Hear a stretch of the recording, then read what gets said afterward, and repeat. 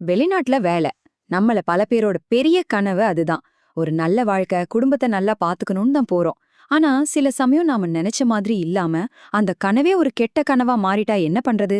சம்பளம் வரல, முதலாளி தொந்தரவு பண்றாரு, என்ன பண்றதுனே தெரியாம தனியா நிக்கிற மாதிரி ஒரு நிலைமை வந்தா, உங்களை நீங்களே காப்பாத்திக்க ஒரு வழி இருக்கு. அது அவசரப்படுறதுல இல்ல, சரியா திட்டமிடுறதுல தான் இருக்கு. இந்த ஒரு வரிய கேட்கும்போதே மனசுக்கு கஷ்டமா இருக்கு இல்லையா? இது ஆயிரக்கணக்கான தொழிலாளர்களோட வலி. உழைச்சதுக்கு சம்பளம் கிடைக்காத போது, வீட்டுக்கு பணம் அனுப்ப முடியாம தவிக்கும்போது வர்ற அந்த விரக்தியும் தனிமையும் சொல்லவே முடியாது. ஆனா இந்த நிலைமையிலிருந்து வெளியே வர ஒரு வழி இருக்கு. அது நிதானமா யோசிச்சு செயல்படுறதுல தான் இருக்கு. ஒரு கஷ்டமான சூழ்நிலையில இருக்கும்போது உடனே அங்கிருந்து தப்பிச்சு ஓடிடணும்னு தோன்றது ரொம்பவே இயல்புதான். ஆனா வெளிநாட்டுல நீங்க செய்யக்கூடிய ஒரு மிகப்பெரிய தப்பு உங்க கம்பெனியை விட்டோ இல்ல வேலை செய்யற இடத்த விட்டோ ஓடி போறதுதான். இத ஒரு பொன்மொழியா ஞாபகம் வச்சுக்கோங்க. என்ன ஆனாலும் ஓடாதீங்க. பாருங்க, பதட்டப்படுறதுங்கிறது ஒரு எதிர்வினை. அதாவது பயத்துல யோசிக்காம செய்யறது. ஆனா திட்டமிடுறதுங்கிறது ஒரு சரியான பதில். நிலைமைய நல்லா புரிஞ்சுக்கிட்டு அமைதியா புத்திசாலித்தனமா யோசிச்சு செயல்படுறது. உங்க பலம் உணர்ச்சி வசப்படுறதுல இல்ல, திட்டமிடுறதுல தான் இருக்கு. சரி, ஒருவேளை நீங்க ஓடி போனா என்ன ஆகும்னு பார்க்கலாமா? உங்க முதலாளி உங்க மேல அப்ஸ்காண்டிங் கேஸ், அதாவது வேலைய விட்டு ஓடி போனதா வழக்கு போடுவாரு. போட்ட அடுத்த நிமிஷமே நீங்க ஒரு சட்டவிரோத தொழிலாளியா மாறிடுவீங்க. உங்களுக்கு வரவேண்டிய சம்பளத்தை கேட்கறதுக்கான எல்லா உரிமையும் இழந்துடுவீங்க. எம்பசி கூட உங்களுக்கு உதவி பண்றது ரொம்ப ரொம்ப கஷ்டமாயிடும். இதுவே நீங்க திட்டமிட்டு புகார் கொடுத்தா என்ன நடக்கும்? உங்களுக்கு சட்ட பாதுகாப்பு உடனே கிடைக்கும். பிரச்சனைக்கு தீர்வு காண ஒரு வழி திறக்கும். உங்க கையில இருக்கிற ஆதாரங்களை வச்சு உங்க கேஸ் ரொம்ப வலுவா இருக்கும். ஓகே, ஓடக்கூடாதுன்னு முடிவு பண்ணியாச்சு. அடுத்து என்ன? பதிலடி கொடுக்க நாம தயாராகணும்.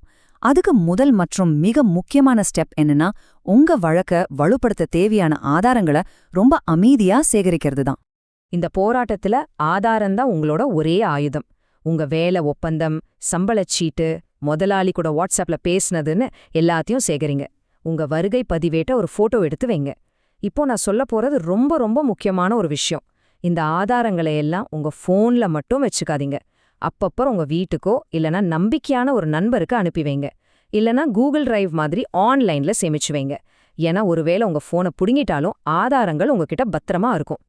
இந்தோ ஒரு மிக மிக முக்கியமான எச்சரிக்கை. உங்க கோவத்திலேயோ விரக்தியிலையோ நீங்க சேகரிச்ச ஆதாரங்களை எடுத்து ஃபேஸ்புக்லயோ டிக்டாக்லயோ தயவு செஞ்சு போட்டுறாதீங்க. இது உங்களுக்கு நீங்களே வச்சுக்கிற ஒரு பெரிய ஆப்பு. ஏன்னா வளைகுடா நாடுகள்ல ஒரு முதலாளிய பொதுவெளியில கேவலப்படுத்துறது, அது உண்மையா இருந்தாலும் சரி, ஒரு பெரிய சைபர் குற்றமா கருதப்படும். இதனால உங்களுக்கு ஜெயில் தண்டனை கிடைக்கலாம், இல்லனா நாடு கடத்தப்படலாம். ஒன்ன மட்டும் நல்லா ஞாபகம் வச்சுக்கோங்க, உங்க ஆதாரம் கோர்ட்டுக்கு, பொதுமக்களோட பார்வைக்கு இல்ல. இதுவரைக்கும் என்ன செய்யக்கூடாதுன்னு பார்த்தோம். இப்போ உங்களுக்கு இருக்கிற சில சக்தி வாய்ந்த கருவிகளை பத்தி பார்க்கலாம். டெக்னாலஜி மூலமா சவுதி அரேபியாலையும் சரி, ஐக்கிய அரபு அமீரகத்திலயும் சரி, உங்க உரிமைக்காக போராட சில சூப்பரான டிஜிட்டல் வழிகள் இருக்கு. சவுதி அரேபியால கீவா அப்படிங்கிற போர்ட்டல் இருக்கிற உங்க வேலை ஒப்பந்தம் ஒரு கோர்ட் ஆர்டருக்கு சமமா மதிக்கப்படுது. உங்களுக்கு 30 நாளைக்கு மேல சம்பளம் வரலையா, நேரடியா நஜீஸ் அப்படிங்கிற போர்ட்டல்ல புகார் கொடுக்கலாம். நீங்க புகார் கொடுத்ததும் உங்க முதலாளிக்கு சம்பளத்தை கொடுக்க 5 நாள் டைம் கொடுப்பாங்க. அதுக்குள்ள அவர் கொடுக்கலனா அரசாங்கமே அவரோட பேங்க் அக்கவுண்ட்ல இருந்து பணத்தை எடுத்து உங்க அக்கவுண்ட்டுக்கு மாத்திடும்.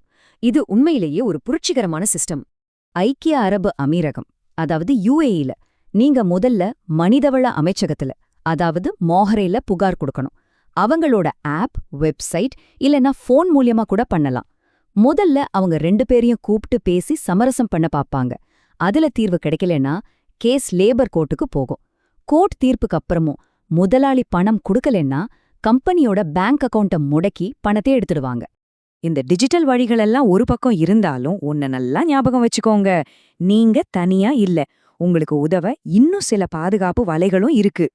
இப்போ UAEல ஒரு சூப்பரான விஷயம் இருக்கு.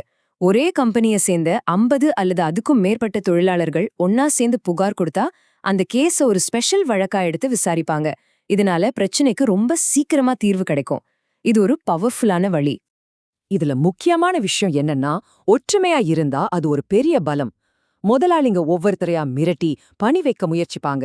ஆனா நீங்க எல்லாரும் ஒன்னா நிக்கும்போது உங்க குரல் ரொம்பவே ஓங்கி ஒலிக்கும். அவங்களால ஒன்னும் பண்ண முடியாது. சரி, சம்பள பிரச்சனை மட்டும் இல்லாம சில சமயம் நிலைமை ரொம்பவே ஆபத்தானதா மாறலாம். யாராவது உங்களை அடிக்கிறாங்க, மிரட்டுறாங்க, இல்ல உங்க உயிருக்கே ஆபத்துன்னு தோணுச்சுன்னா நீங்க செய்ய வேண்டிய காரியம் என்ன? யோசிக்காம உடனே இந்திய தூதரகத்தை தொடர்பு கொள்ளுங்க. அங்க இந்திய சமூக நல நிதி, அதாவது ICWFன்னு ஒன்னு இருக்கு.